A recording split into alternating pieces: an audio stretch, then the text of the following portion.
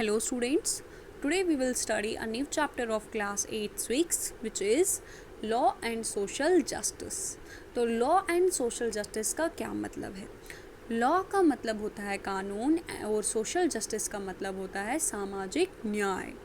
तो law and social justice जो है इसकी नीड क्या है, लॉ की क्या नीड है या फिर सोशल जस्टिस जो है वो किस तरीके से प्रोवाइड किया जाता है लोगों को।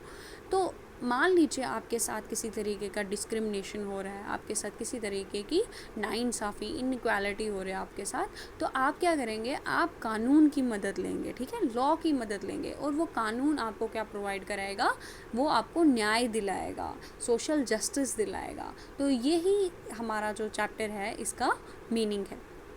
तो स्टार्ट करते हैं चैप्टर से। फर्स्ट पैराग्राफ में बताया जा रहा है कि क्या आपको स्टोरी ऑफ अ शर्ट जो है याद है, जो आपने क्लास 7th में पढ़ी थी। यहाँ पे हम फिर से इस चैप्टर में फिर से ये चीज़ें जो हैं रिकॉल होंगी। एक्चुअली जो आपने क्लास 7th में स्टोरी ऑफ अ शर्ट में पढ़ी थी, जो भी चीज़ें पढ़ी थी, यहाँ पे कुछ चीज़ें रिकॉल होंगी। तो सेकेंड लाइन में बताया जा रहा है कि हमने बहुत सारे मार्केट्स देखी थी, वहाँ पे क्या देखा था, एक चेन ऑफ मार्केट्स देखा था जो कि लिंक करता था प्रोड्यूसर ऑफ कॉटन को buyer of the shirt in the supermarket से। तो यहाँ पे फिर से समझते हैं इसको। देखिए, हमारे पास सबसे पहले क्या आ जाता है, जो स्टोरी ऑफ अ शर्ट में भी हमने समझा था, सबसे पहले हमारे पास आ जाता है प्रोड्यूसर आ जाता है। प्रोड्यूसर मतलब जो चीज़ उगा रहा है, बना रहा है। जैसे कॉटन की एग्जांपल ले लेते हैं। कॉटन को उगाया जाता है सबसे पहले, ठीक है, कॉटन प्लांट होते हैं। तो प्रोड्यूसर कौन हो गया, जैसे फार्मर है, फार्मर हमारा प्रोड्यूसर हो गया, किसान। ये क्या करते हैं, ये कॉटन को, फार्मर जो है वो क्या करता है, कॉटन को उगाता है। उसके बाद क्या किया जाता है, उसके बाद इस कॉटन से क्या बनाई जाती हैं, शर्ट्स बनाई जाती हैं।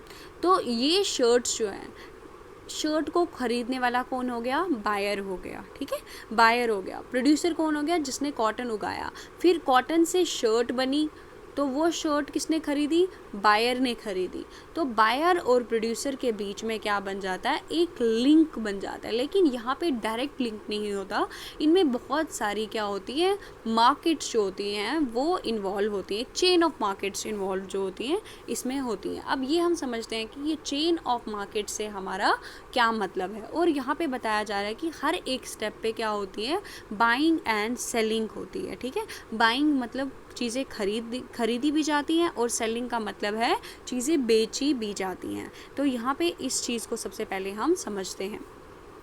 देखिए, हमारे पास क्या होता है, जैसे मान लीजिए हमारे पास फैक्ट्रीज़ हैं, ठीक है, फैक्ट्रीज़ हैं हमारे पास। तो ये फैक्ट्रीज़ जो हैं, अगर हम इन फैक्ट्रीज़ में चले जाएं, आम लोग कोई भी फैक्ट्रीज़ में चले जाए, सपोज़ कीजिए आपको शर्ट चाहिए, एक शर्ट चाहिए, तो आप फैक्ट्री में अगर जाते हैं तो ये फैक्ट्री में कहते हैं कि आपको शर्ट चाहिए, तो वो आपको क्या कहेंगे कि आपको कितनी शर्ट्स चाहिए। मान लीजिए आपको सिर्फ एक शर्ट चाहिए, तो फैक्ट्रीज़ जो हैं वो यूजुअली सिंगल पीस जो है वो प्रोवाइड नहीं करते हैं, एक सिंगल पीस नहीं देते हैं, वो बल्क में सामान देते हैं, ठीक है, वो बल्क में सामान देते हैं।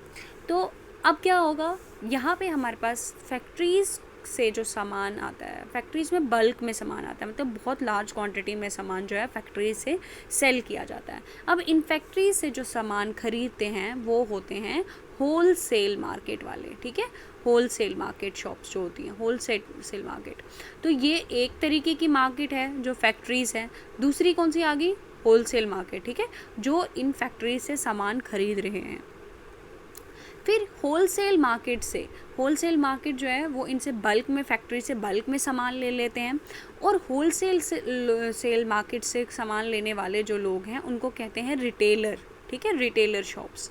अब ये रिटेलर जो हैं वो क्या करते हैं, वो होलसेल वाले लोगों से, होलसेल मार्केट से सामान ले लेते हैं। फिर आते हैं कंज्यूमर, जो कि हम हैं, ठीक है, मुझे शर्ट चाहिए, एक सिंगल शर्ट चाहिए, तो मैं कंज्यूमर हूँ, मेरे को वो शॉप देखनी है जहाँ पे मुझे सिंगल शर्ट मिलेगी। तो वो शर्ट मुझे कहाँ पे मिलेगी, रिटेलर शॉप पे मिलेगी। जिन शॉप्स में हम जाते हैं वो होगी रिटेलर शॉप्स। तो रिटेलर शॉप से कौन लेता है, कंज्यूमर, ठीक है। अब आपको हो सकता है समझ आ रहा हो। अब अगर आप देखें फैक्ट्रीज़ तक सामान जो है वो कौन पहुंचा रहा है, फैक्ट्रीज़ तक सामान जो है वो कौन पहुंचा रहा है, प्रोड्यूसर, जिसने भी सामान जो है बनाया, चाहे शर्ट्स बनाई, किससे, कॉटन से शर्ट्स बनाई, तो वो प्रोड्यूसर है, ठीक है। अब इन प्रोड्यूसर्स से कंज्यूमर तक, यानी कि जिसने वो शर्ट पहनी, जिसने शर्ट बनाई वो प्रोड्यूसर हो गया, जिसने शर्ट खरीदी वो कंज्यूमर हो गया। शर्ट्स फैक्ट्रीज़ में बनाई जा रही हैं तो फैक्ट्रीज़ क्या हमारी प्रोड्यूसर्स हैं। तो यहाँ से लेकर फैक्ट्रीज से लेकर कहाँ तक, कंज्यूमर तक, देखिए कितने जो है लोग और आते हैं, जैसे होलसेल मार्केट वाले आ गए, रिटेलर आ गए। अब हर एक स्टेप पे क्या हो रहा है, हर एक स्टेप पे बाइंग एंड सेलिंग जो है वो हो रही है।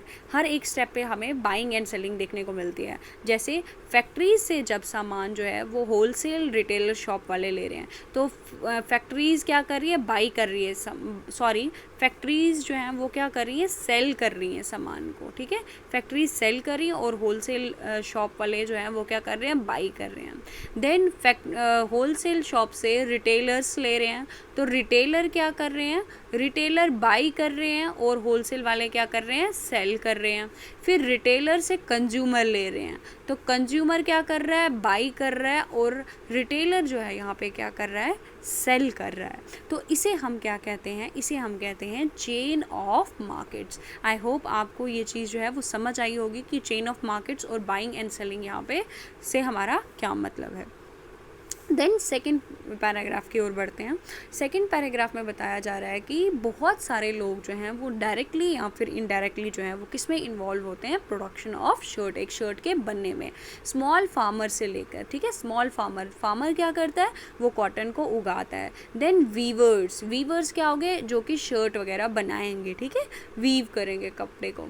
तो फिर हमारे पास आ जाते हैं वर्कर्स, जो कि किसी फैक्ट्री में काम करते हैं, गारमेंट कपड़े वाली फैक्ट्री में काम करते हैं, उसको फिर जो शर्ट को अच्छी तरीके से बनाते हैं वो लोग आ जाते हैं। ये सारे क्या कर रहे हैं, काम करते हैं। लेकिन कभी कभार ऐसा हो जाता है कि ये जो सारे लोग हैं इनको क्या किया जाता है, इनको एक्सप्लॉइट किया जाता है। ये लोग एक्सप्लॉइटेशन जो है वो फेस करते हैं, इनके साथ नाइंसाफ़ी होती है और बहुत ही अनफेयर सिचुएशन, इनके साथ ठीक तरीके का व्यवहार जो है, बिहेवियर भी नहीं होता है मार्केट में। मार्केट, हर एक तरीके की जो मार्केट है वो क्या करते हैं, वहाँ पे हमें एक्सप्लॉइटेटिव लोग मिलते हैं, मतलब जो इनके साथ गलत करते हैं, ऐसे लोग हमें बहुत ज़्यादा देखने को मिलते हैं। चाहे वो इन सभी के साथ गलत होता है। जैसे मान लीजिए कोई वर्कर है, उसके साथ भी कई तरीके से हमें देखने को मिलता है कि उसको तनख्वाह नहीं दी जाती है, उसके साथ गलत तरीके का बिहेवियर होता है। चाहे वो कंज्यूमर है जो कि कपड़ा ख़रीद रहा है, कभी कभार उसको अच्छा क्वालिटी का प्रोडक्ट नहीं मिलता है तो उसके साथ गलत होता है। प्रोड्यूसर जो कि कपड़ा बना रहा है उसको ठीक प्राइस नहीं मिलती है। तो इसीलिए डिफरेंट तरीके के हमारे को क्या मिलते हैं, एक्सप्लॉयटेशंस जो हैं वो मार्केट में देखने को मिलते हैं। तो इन एक्सप्लॉयटेशन से लोगों को बचाने के लिए क्या किया जाता है, गवर्नमेंट जो है वो हमारी वो कुछ लॉज बनाती है, कुछ कानून बनाती है, और these laws try to ensure that unfair practices are kept at a minimum in the market. और इन लॉज का क्या मतलब होता है, ये लॉज जो हैं वो मतलब इंश्योर करते हैं ये चीज़ कि लोगों के साथ जो अनफेयर प्रैक्टिसेस हैं वो बिल्कुल कम रखी जाए या फिर ना हो, लोगों के साथ जो अनफेयर प्रैक्टिसेस हैं वो ना हो। आई होप आपको इतना समझ आया होगा। Thank you.